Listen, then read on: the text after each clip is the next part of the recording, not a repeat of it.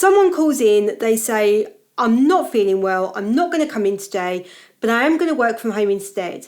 Should we be allowing this? If you're sick, should you not just be sick? Should we really want people working from home? Is it just an excuse to work from home? In this video, I'm going to answer all of your questions. Hello, my name's Jenefer, I'm the founder of Silk Helix, and we help small businesses with all things HR, employment law, and people management. So let's go. Let's dive into this question. Should somebody be allowed to work from home instead of phoning in sick? And this really does come down to your business, your culture, how you do things, whether or not this is even possible, and of course the question, how sick is too sick? So firstly, is it even possible? There'll be some jobs where clearly this is not possible, the work cannot be done from home, you need to be there, and therefore no, okay? In many other roles, the work can be done from home, and obviously we've seen a massive growth in home working as a result of the pandemic. So more and more people are seeing this as a potential option. We've also seen a change in the question, how sick is too sick, where we've even gone to the point of saying, well, if you might be sick, you might have come into contact with people, then stay at home. So if somebody can work from home during that time, that's going to be better for the business and better for them, because it means that the work is carrying on. We're not losing somebody for days or even weeks at a time. But of course, it's put all these grey areas in between, and we did have this question coming up even before the pandemic. Clearly, a culture where somebody is expected to work even when they're sick is not healthy. So if people are asking to work from home because they're too afraid to be sick, that's not great. If somebody really is too sick to work, needs rest, needs to be just shutting down, shutting away from the world, then we need to allow them to do that. And there'll be many reasons for that. If, however, somebody is feeling, actually, it's the commute, I can't face the commute, or I'm not going to be fully productive today, perhaps if I can just do this couple of things that are really urgent, that are on my mind, that will actually make me feel better, because then I'm not worrying about these things that are on my mind. But also it's good for the business because you're getting those urgent things done, or you've got somebody who's contactable, or and answering questions. So these things can work both ways, but it does come down to that trust and making sure that people feel safe to be able to make that decision that says, no, I am too sick. I am phoning in to tell you I am sick, I am not working. On the other extreme, if you've got somebody, I don't know, with a broken leg who can't drive or can't commute to work, but is fully able to work, you're better off having them working, because a broken leg is going to take some weeks to recover. We know that once somebody is off work for kind of 4 to 6 weeks, they start to get into the habit of not setting the alarm, not being in the daily routine. They're looking for other things to do. They're perhaps getting some anxiety about coming back to work because of things that have gone on in their absence. So if we're able to get that person working, and of course it's got to be practical and safe, and they've got to be able to do that, managing pain and things like that, so they may not be fully productive in that time. But if we can get somebody working in that time, we're going to get them back to work quicker, and we're much less likely to have issues around not being able to get them back to work. And of course, in between that, you may have somebody who's got a cold and is feeling like, actually, if I could just have a couple of extra hours in bed, a bit of a slower morning, I could get these few things done. I might not be as productive as normal, but I'm still available, I'm still getting the absolute urgents done. And that's where it comes down to judging each situation on its merits and having a culture where there is open communication, where people feel safe to say, actually, I'm just too sick to work, or I'm too sick to commute, but I could work, or actually, I'm not going to be very productive today, but if I could just get these few bits done, then that solves kind of everybody's problems. But people have got to feel safe to be able to say all of those things and to be able to react to what it is that they're feeling and they're needed, because when we are too sick to work, we're too sick to work. We shouldn't be working.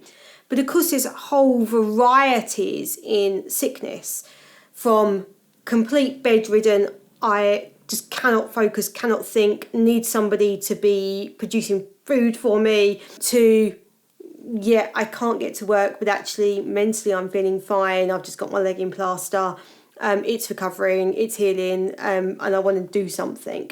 And of course, everything in between. The fear that often business owners talk to me about is, well, if I let somebody work from home, but then they don't do very much, or they don't do as much as they should do, how do I deal with that? What happens if they then keep ringing up and actually this is I want to work from home, or a way of getting out of doing work but not having the sickness recorded? This is the fear that business owners have got, and that's a really valid fear, because that's a jumbled mess to be getting into that you don't want to be getting into. This is where it comes back to setting expectations, and I talk about expectations in so many of my videos because it's so crucial. And it's not just about managing performance, it's not just about getting the best out of people, but it even helps with things like managing absence, as we've got here. So if we've got our performance expectations really, really clear, we can tell whether or not somebody's meeting them. Now, if they have an odd one day of sickness and their performance is around kind of projects that they do over a period of time, chances are that one day of sickness or one day of lower productivity is going to have minimal impact. But of course, if it happens on a regular basis, the impact's going to be higher. Now, in a different business, the impact might be higher from one day because of the nature of the work they do, and it's dependent on that one day. So this is where it comes down to your business, knowing your business and knowing what's acceptable and what benefits or doesn't benefit your business. But if we've got those expectations really clear, and we know what we expect from somebody, we know what the output should be from their work, and then we start getting these regular occurrences of poor productive days, sick but not too sick to call in sick, but not really doing what they should be doing, that's going to have an impact on their performance. And we can deal with it from that perspective. So we don't necessarily need to deal with it from an absence perspective. And often it's easier to deal with from a performance perspective than it is to deal with from an absence perspective. Because when we've got absence, we're looking very much about time. We're looking about kind of reducing that. We're looking at potentially getting doctor's notes and things like that, occupational health involved. Whereas if we're looking at performance, then yes, we may still need to look at occupational health and doctors. We may need to look at whether there's disability in there. There's all sorts of questions to ask. But it gives us a really solid focus. And even if there is a disability there, it may be that we have to be saying, well, actually, we can't make the adjustments that are needed to accommodate that because they're not reasonable for our business in this situation, and we can defend that because of the performance. Now, these are big issues, and I strongly recommend you take advice, particularly if there's disability involved, because you don't want to be discriminating against somebody. There's potential very high risk employment tribunals there, so that's something you definitely want to be avoiding. But if you've got those expectations set in the first place, it's going to make all of these things much, much easier to manage, and you will know whether somebody's taking the mick.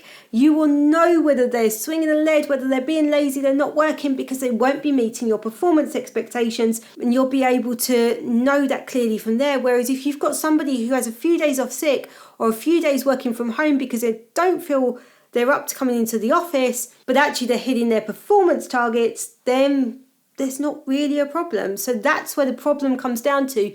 Are they hitting what we need in terms of performance? And when it comes to performance, setting those expectations is just one of the key parts, but it is so important because it does help you deal with everything else. And it's why I've developed a digital course to help business owners and people managers to be able to manage people better for a happier, healthier and more productive workforce, and to empower you as managers to take control, set these expectations, and really have a workforce that is working as you need them to be.